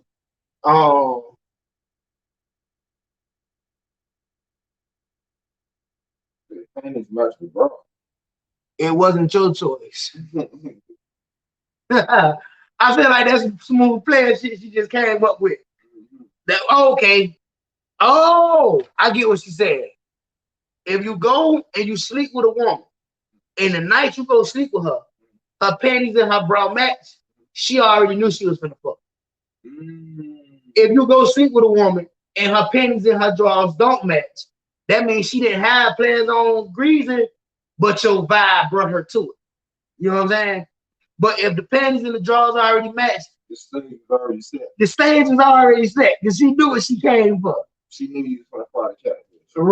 Right. Hey, you know what? Who said that?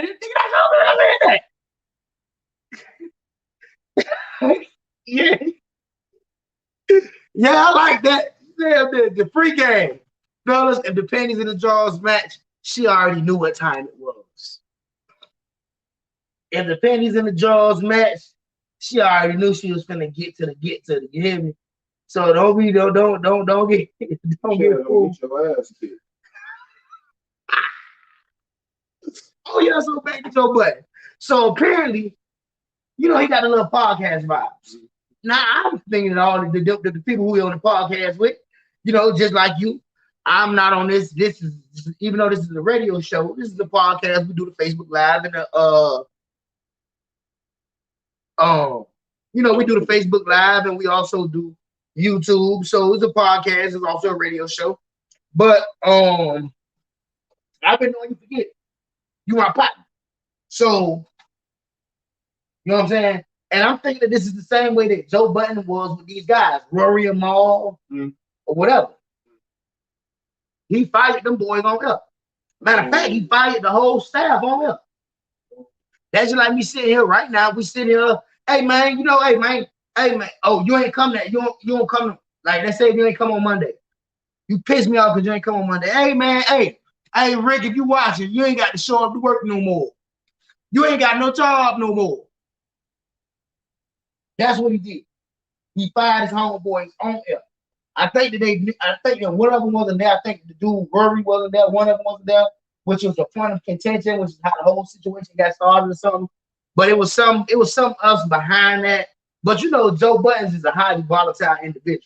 I don't like him at all. I really felt like he disrespected. What really did not do it for me, and I already had not been hot on Joe Budden because he was with Slaughterhouse, them boys. I know Slaughterhouse be snapping. I ain't never really heard Joe Budden versus where I be like, ah, damn, Joe Budden snapping. I ain't never heard that. You know what I'm saying? But I know that he was with Slaughterhouse. But I was never really a fan of Joe Budden.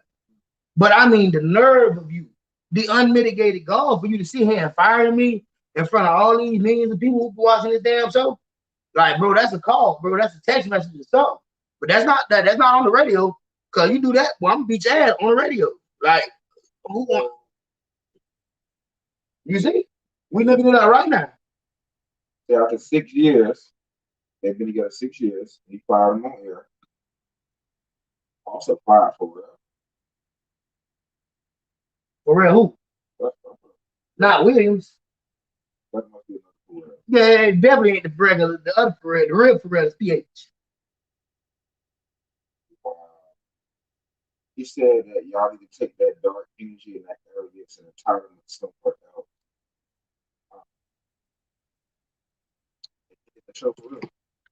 But fool is like that though. Like, I don't like him. And see, that's the problem. Like, because that platform, first of all, we need to get to a point where we can disagree without doing each other that wrong.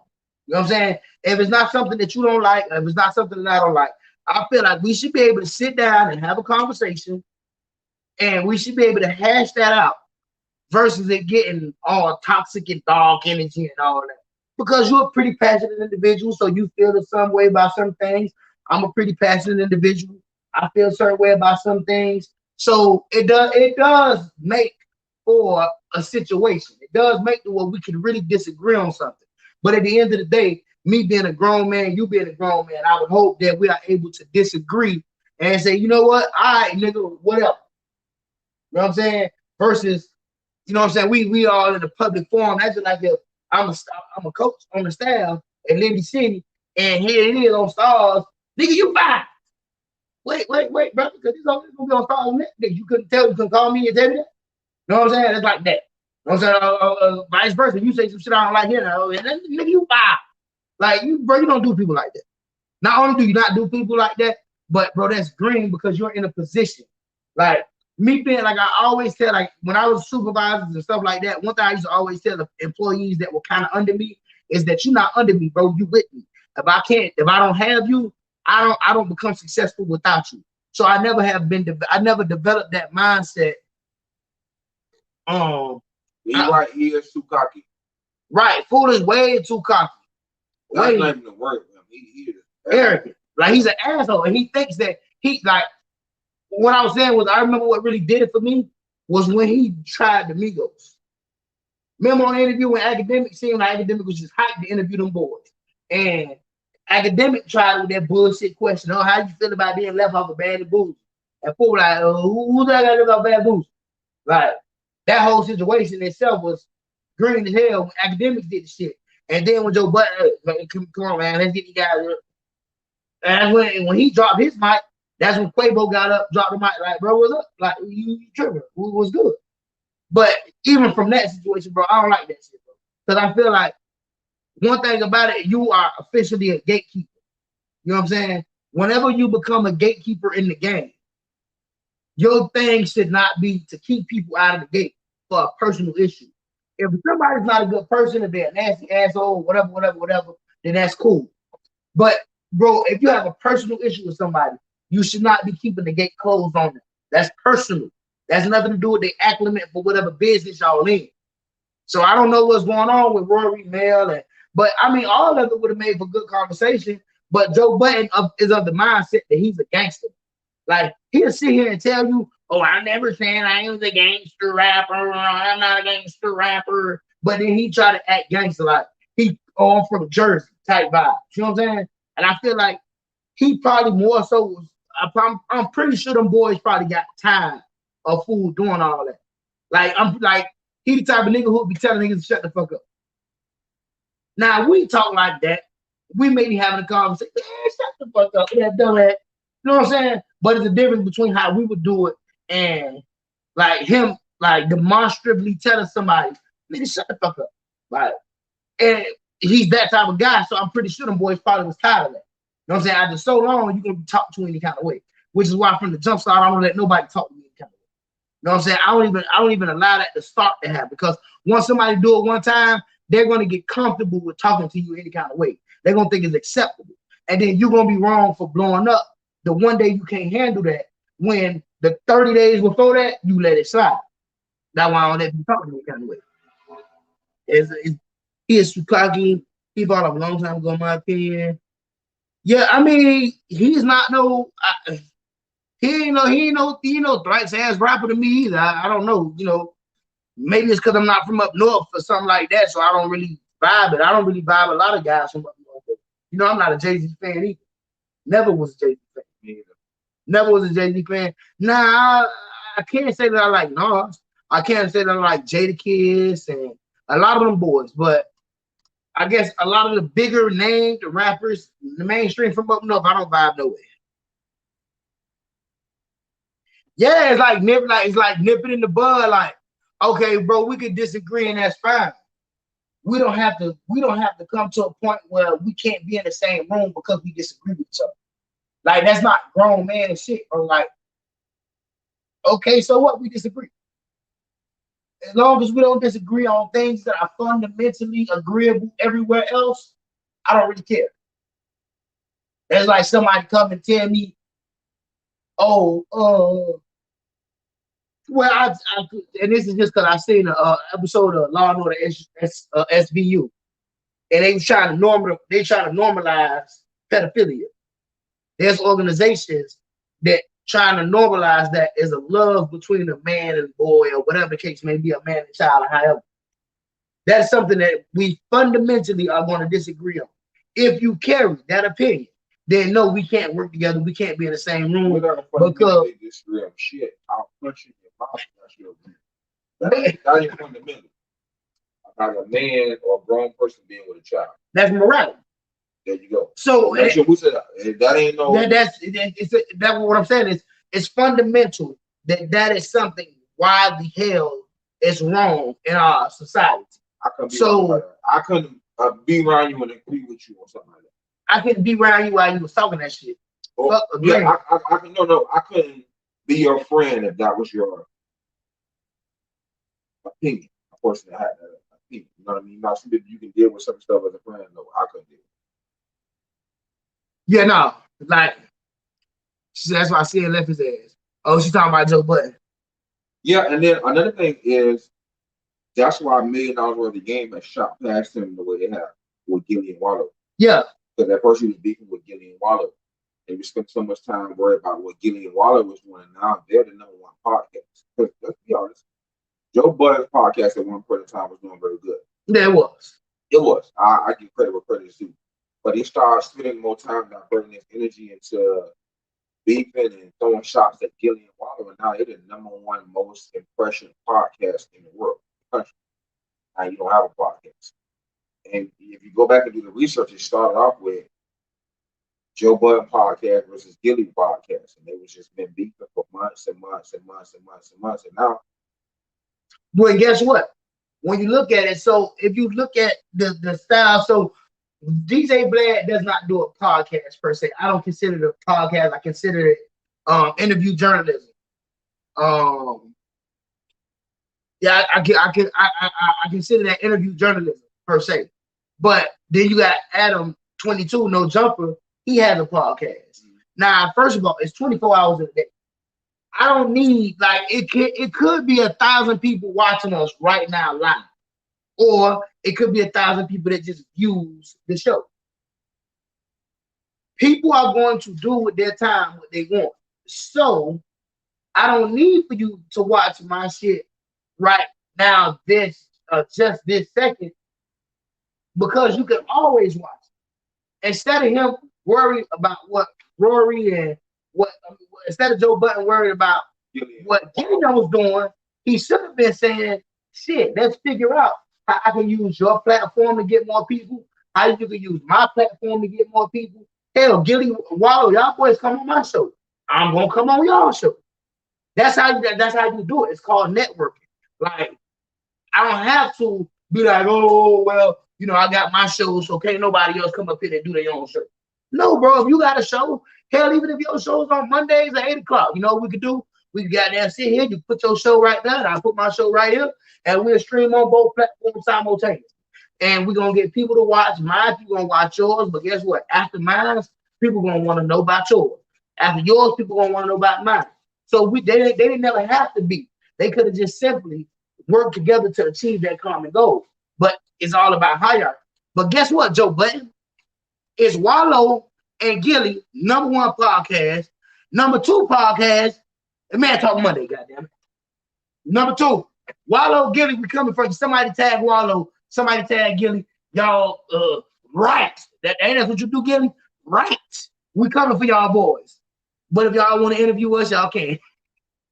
If y'all want to put us on, hit me inbox, bro. You know, hit the inbox, bro. But let me get a couple comments in here. Yeah, Miss Boo said y'all already know Miss Boo say so true, nip it in the bud. That's what we talking about, man. Two men could disagree with each other, and if y'all disagree, that's cool. Just nip that shit in the bud. It ain't no pressure. It ain't no need to fight. It ain't no need to go further than just us disagreeing. For him to do that to his homeboy, somebody, them guys supposed to be his dogs, you're a mob to me. I don't respect that. I can't respect that. Let me see here. Miss Monet Fly said there is no I in team, and everyone in your circle should feel important, not one man. Better at looking better. Not one man better and looking down on his own people like they are, and that's how he acts. Yeah, he like they are peasants. So yeah, he looks down on his people, and you look at them like they work for you instead of they work with you. Like, and okay, of course we know there's a hierarchy of business and all that's well and good. But just like I said, when I was a supervisor, you don't work for me, you work with me, because without you, I can't be successful. I need you to be here on time every day, not because I'm your boss, but because if you're not here on time every day, then I can't be successful without you being here. See what I'm saying? So I was always able to get the most out of my teams because they did not feel as if I was their superior. They felt like we all worked together. I got on the phones and I answered phones just like they would do, even though that was not my responsibility. But once they seen, oh man, shit, even our supervisor get on the phone, that made them want to get one or two more calls in there. Well, damn, he on the phone, let me get on the phone. You know what I'm saying? So it ain't no iron team, man. We all got to work together. And like even now, the gang that I'm with, the group of guys that I associate myself with, we are not nobody is better than no other man, no matter what we at, because we all in different statuses of life.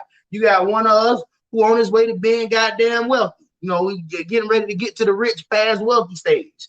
And then you got one of us that's trying. That we at the mid section of that. And then we got one guy around that guy is just not starting to get his feet wet in business or whatever. But that guy at the bottom, that guy who's at the smallest position, he got the support of the guy in the biggest position. The guy in the middle got the support of the guy in the biggest position. The guy in the biggest position got the support of the littlest guy and the middle guy. And we all support each other. We all support each other. It's so important. And you know, my guys and what they do in their business, what I do in my business, what I do, what I do, you know, we all work together. So that's just that networking. So when he has an event, guess what? He gonna call his dog Chef Beard A, and Chef Beard A gonna cater. And when he need merchandise, he gonna call, you feel me? He gonna call Freaky E and say, Freaky E, we need shoes and shirts. And when I need some cryptocurrency, when I need to invest in some stocks in the market, then guess what? I call my guy, hey, bro, I need 1,000 in this. I need 5,000 in that. I need 10,000 in this. And this is how we work. This is why we are going to be incredibly successful. This is why we are going to be rich beyond our wildest dreams. And this is why we're going to be those guys who makes those videos talking about each of us and what we do. Let's see here. Let me get in a couple of more comments. Ms. Monet Fly again says, look at Master P. He put all his people, made sure they were straight. No man, no woman was left behind. And that's why No Limit was successful. A lot of artists are for self. And that's true too. And that's the thing. Your team only becomes as strong as the weakest link in that team. So it makes no sense for me to let my dog fall by the wayside if that link is what's going to destroy my chain. I need to make sure that that link is good because that link is on this chain. And as long as that link is good, then this entire chain is going to be able to move. So I dig that. Always treat the CEO the same as you treat the janitor because you never know who you got to see on your way down. This is facts as hell. You know, a lot of people, we get in our mind that the janitor ain't nobody and the CEO everybody. And you should treat everybody with the same respect. Without that CEO, yes, you don't have a company.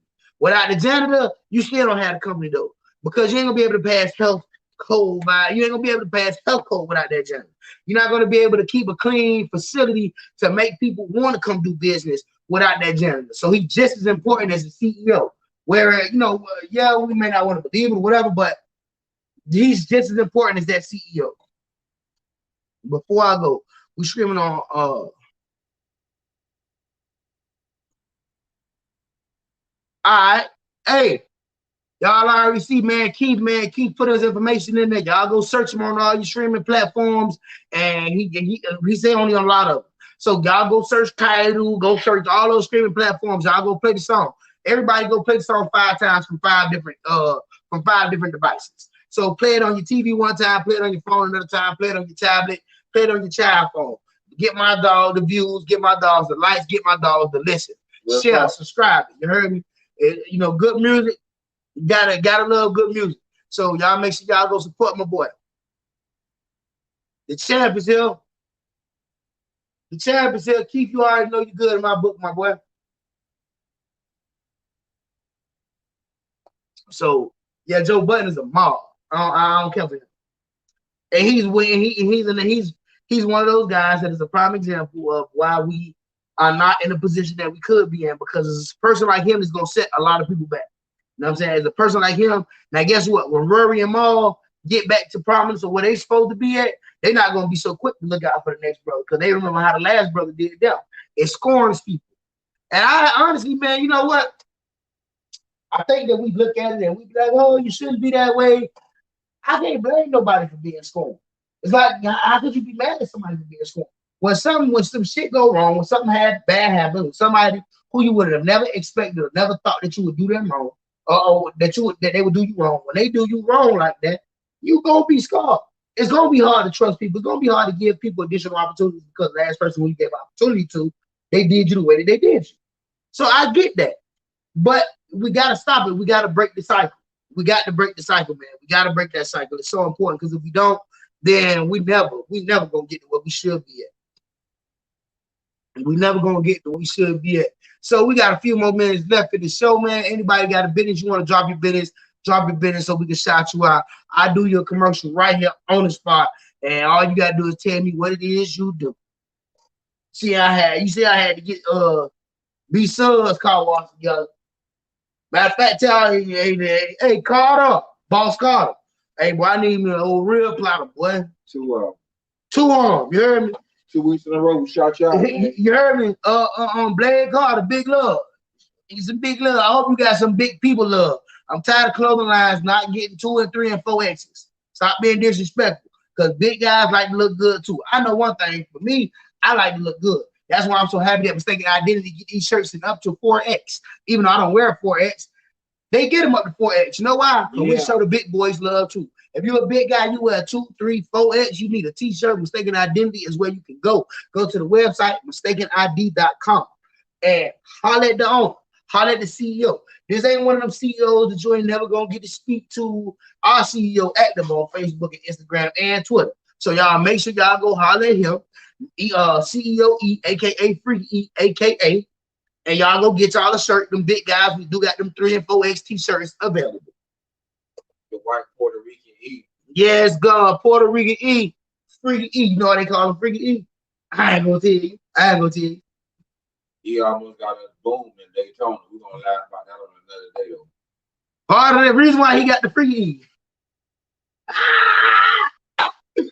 So shout out to them, man. Shout out to all of the people who, all of our black business, man. Healthy Express, man. J9, Boss Carter Catering, B-Subs Car Wash, man. Get you right. Barbecue, Shout Cancun, out candles. to everybody. You know, blood. Oh yeah, Blaze Carter, big love, man. Shout out to Queens to Be Clothing Line. Shout out to Shop 77, Nurses Apparel. Shout out to Zion 61st. Y'all make sure y'all go get some clothes from her. Shout out to SavagAccessories.com. Make sure y'all go get some accessories from her. Shout out to all the weed man. I got to say that. Hey, if you partake upon the marijuana, shout out to you. If you serve the marijuana, whether it be illegal or legal, be careful, be safe, and you are needed in the community. There are people that be. Don't get it twisted. It may not be the most legal, but it's been putting food on tables for years. Don't give a damn. White, black, Americans, all type of people smoke marijuana. Okay, the weed man is the most essential. ESSENTIAL. Black business on the weed have right. Shout out to the black business.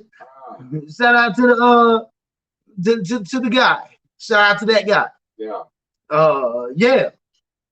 So shout out to my mama, my grandma, my daughter, my girl, my brother, my sister. Shout out to everybody watching, man. Y'all the real MVP. That's on some real shit though. Yeah, shout out to everybody who it's some people who log in at 8 and don't log off until 10. And we appreciate you. And we appreciate those people who come pop in and see what's going on and go to something else and come back later. We appreciate y'all too, man. We appreciate all the love, man. It's so important because the bigger we grow, the bigger you grow. The bigger we get, the more we're able to affect the change in our community that we really want to see. At least in my mind. Like I said, I plan on running for politician. I plan on running in politics in the next few years. So I'm just trying to give a few years for them stories to die down. You know how looking for people to forget a few things that I may or may not have done back in the day. Miss Monet, appreciate it. Yes, God, Miss Monet Fly. You know it's all love. She's everybody taking the time out. I know All American come on tonight, new episode. I missed it. Somebody send it to my inbox for me, please. Send me that All American. I mixed it tonight. You ain't got to send it to go on Netflix. What is on it? It's on CW. All American to move to CW? It's always been on CW. So. I didn't know that. So they have Netflix got it. You probably just watching the whole season. No, I mean I seen this 2-3 years ago when it first came out. I seen the first 2 seasons, but I hadn't seen the 3rd season yet.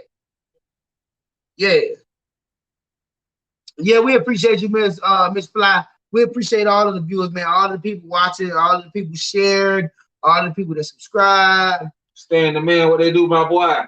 Stan the man. That's Franklin Trust No One Saint. That's my dog, Stan Van Gundy, man. That's his name. Stan Van Gundy, he coaches basketball.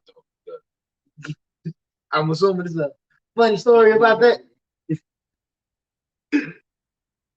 My dog, Stan the man. It's one of my dogs, man. One of the great football coaches and developers in Miami. Oh yeah, what he coach? Quarterbacks. He coach quarterbacks? So you the quarterback whisperer? He's the quarterback guru. He's the quarterback guru. Yeah, we got a quarterback at Central right now, man. Who he coach with now? We in Georgia, man. You know, Georgia football is a little bit different from Miami ball, but okay. Brown was already down here trusting he'd be on our side. Okay, because I'm always looking, you gotta look for the good people. You always say the new episodes. When the new episode started though, because that's what I'm trying to figure out. They've been out for weeks now. Oh, she said not the new episodes. Yeah, they're not on Netflix, like I was telling you. Oh, she said that they're not on Netflix. Oh. Anything but the new episodes on Netflix. So I just gotta go to my on demand app and Yeah, you got on demand. You in the building. You got to worry about. Okay, I didn't know that. It was recorded though. I didn't record it. I didn't know it was on. I did not know that. But yeah, man, shout out to everybody who took 2 hours tonight, man. We do truly appreciate it because I miss All American myself. Y'all got a lot of stuff to do on Monday night. 2 hours sitting here watching us clown. Appreciate it. All love. But we also be talking in real vibes. Yeah. At least we listen. One thing about it, I ain't gonna never say I'm the rightest person in the world. I know rightest is not a word, but I'm not. See, there you go, right there. I'm not gonna say I'm the rightest person in the world, but I do think that the stuff that I say and the way I feel is the most common sense approach to a lot of what ails our community. Which is why I want to run for some type of government office, because I think that the problems that we have in our community, they are not so monumental that we cannot fix them. I think that we do not use common sense approaches to fix those problems. We need to get on. Let me look at it from here. Let's see here. We need to get on start as my boy. We need more. They taking too damn long. Oh, he said we need to get on stars ass. Okay. I ain't know what you're talking about, Frankie. Well, that's our conversation. That y'all know each other. Nah, bro, that's why he retyped it at the bottom of the star. I think he had spelled it. Yeah, he said Gus Star. Yeah. Yeah, we're gonna chop it up, my boy. Yeah. Next Monday, y'all check us out. Same time, same place. Lord willing, life lasts. We'll be here. Yeah, and unfortunately, y'all know I usually got a little song to play on the intro, song to play on the outro, but because, like I said, we are having some technical issues today, don't really have a song to play. But let me see if I can muster up something on my telephone, on my cell phone. Let me see what I got for y'all today. And in closing, man, y'all be safe, be sound, hug your family, hug your kids, love your family. Life is short. Tomorrow, and I promise. Nothing given.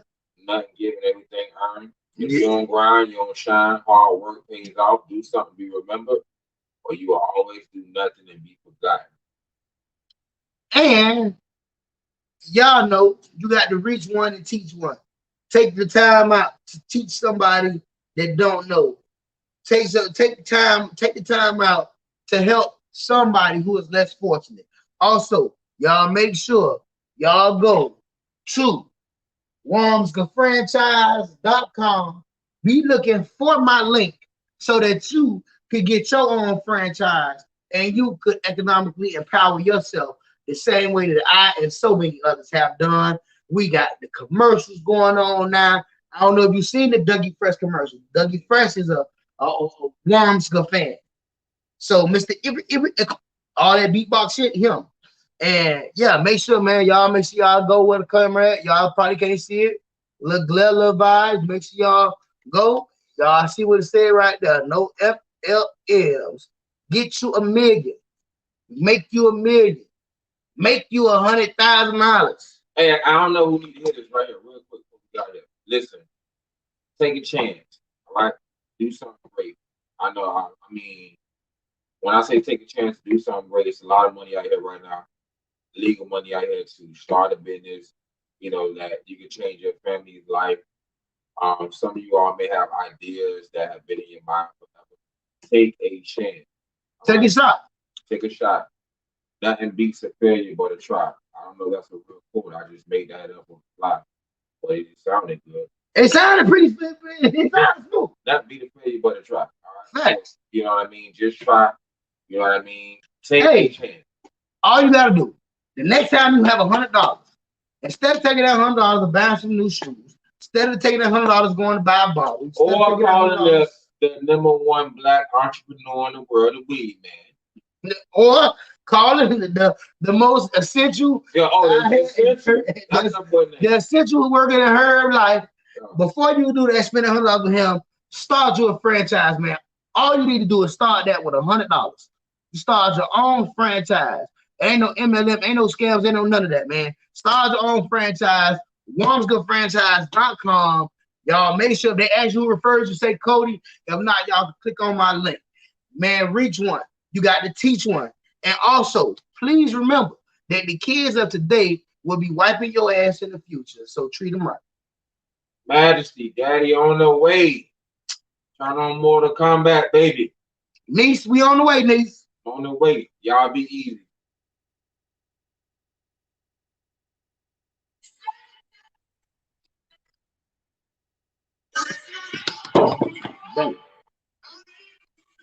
You got that power on me, mama. All the songs we just called, we gonna see how we get.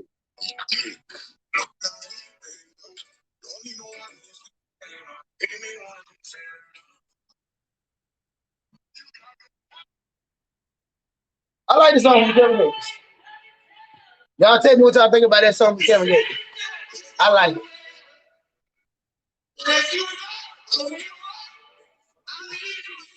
You got the power on me, mama.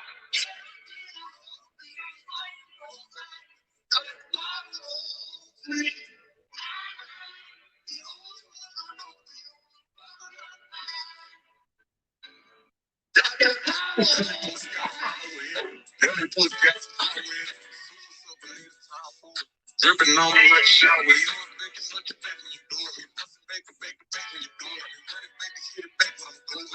You For hitting one more time. Yeah. Oh, no. Yeah, how you gonna knock it over? Oh, because I did like this. Yep.